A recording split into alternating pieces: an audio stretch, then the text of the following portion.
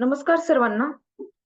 आज आपण शिकणार आहोत बिग डेटा आणि डेटा सायन्स यामध्ये एक्झॅक्टली फरक काय आहे?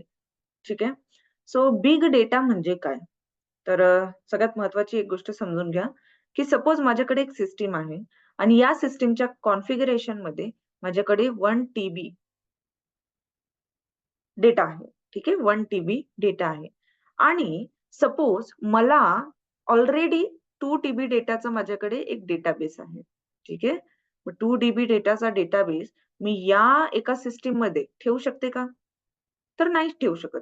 कारण की माझ्याकडे डेटाबेस जो आहे तो 2 टीबीचा आहे. पण माझ्याकडे स्टोरेज जे आहे ना मशीनमध्ये, हे जे काही स्टोरेज आहे, ते स्टोरेज फक्त 1 टीबीचं आहे. मग या मशीनसाठी मी याला म्हणते मशीन ए. ए मशीनसाठी हा जो काही डेटा झाला, तो बिग डेटा झाला. सगळ्यात सोप्या भाषेत मी तुम्हाला बिग डेटा सांगतेय. ठीक आहे. या पर्टिक्युलर मशीनसाठी 2 टीबी डेटा हा बिग डेटा झाला. पण अझ्युम करा की माझ्याकडे अजून एक सिस्टम आहे. जो काही आहे बी सिस्टम आणि या बी सिस्टममध्ये 3 टीबी स्टोरेज आहे. राइट? 3 टीबी स्टोरेज आहे. मग मला सांगा या बी नावाच्या सिस्टममध्ये मी 2 टीबी डेटा स्टोअर करू शकते? राइट? म्हणजे हा सेम एकच डेटा आहे, पण हा एक डेटा ए सिस्टमसाठी बिग डेटा झाला, पण बी सिस्टमसाठी तो बिग डेटा नाहीच आहे. कारण की मी तो डेटा त्या बी नावाच्या सिस्टममध्ये स्टोअर करू शकते. पण जर माझ्याकडे रॅदर दॅन 2 माझ्याकडे 12 जीबी डेटा किंवा 12 कन्सिडर न करता मी कन्सिडर करते 5 जीबी डेटा. 5 टीबी ना? राइट. कन्सिडर करू की 5 टीबी माझ्याकडे एक डेटाबेस आहे. आता हा 5 टीबी डेटा यासाठी बिग डेटा झाला.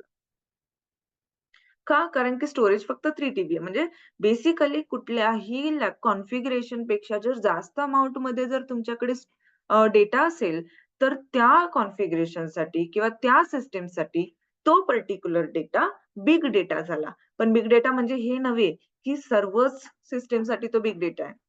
रिमेंबर माझ्या मोबाईलमध्ये मी एखादी गोष्ट स्टोअर करू शकत नाही, कारण की मोबाईलचं स्टोरेज कमी आहे. म्हणजे मोबाईलसाठी तो बिग डेटा झाला. याचा अर्थ हे नाही की तो लॅपटॉपसाठी पण बिग डेटा आहे. येतंय लक्षात? लॅपटॉपसाठी तो डेटा बिग डेटा नाहीये, कारण की मी इझिली लॅपटॉपमध्ये त्याला स्टोअर करू शकते. बिग डेटा म्हणजे फक्त कुठल्याही एका कॉन्फिगरेशनच्या लिमिटच्या बाहेर जर एखादा डेटा असेल, त्याला तुम्ही बिग डेटा म्हणणार. आणि डेटा सायन्स आपण ऑलरेडीच डिस्कस करतोय, की पास्टच्या डेटामधून फ्युचर प्रेडिक्ट करण्याचं काम डेटा सायन्स करेल. यामध्ये येईल प्रोग्रामिंग लँग्वेज, यामध्ये येईल स्टॅटिस्टिक्स आणि यामध्ये येईल एनालिटिक्स.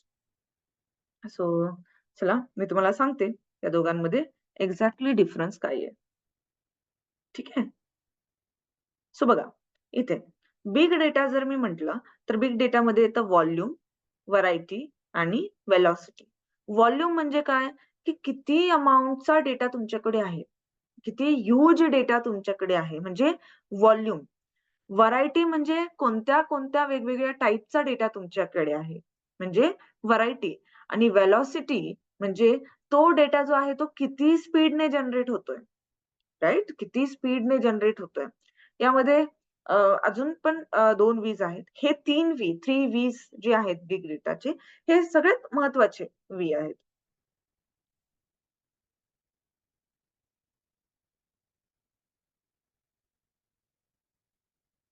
बघा व्हॉल्यूम म्हणजे काय?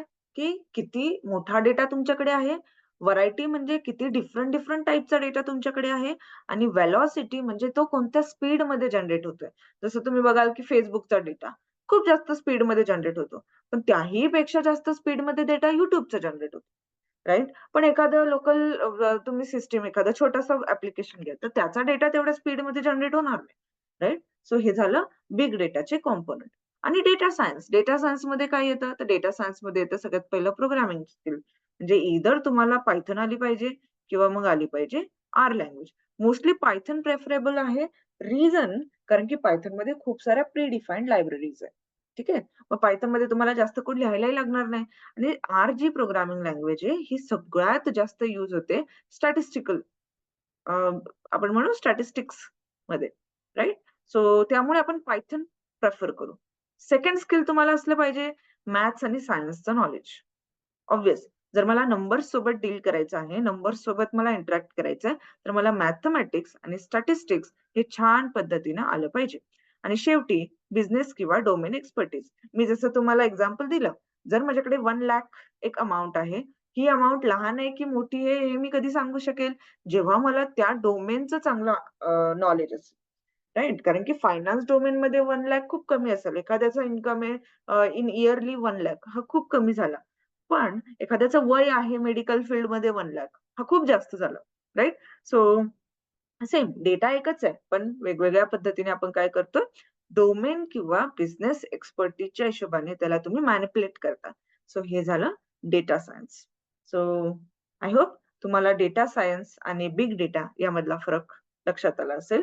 So thank so much guys. आपण इथे थांबूयात आणि भेटूयात पुढच्या व्हिडिओमध्ये.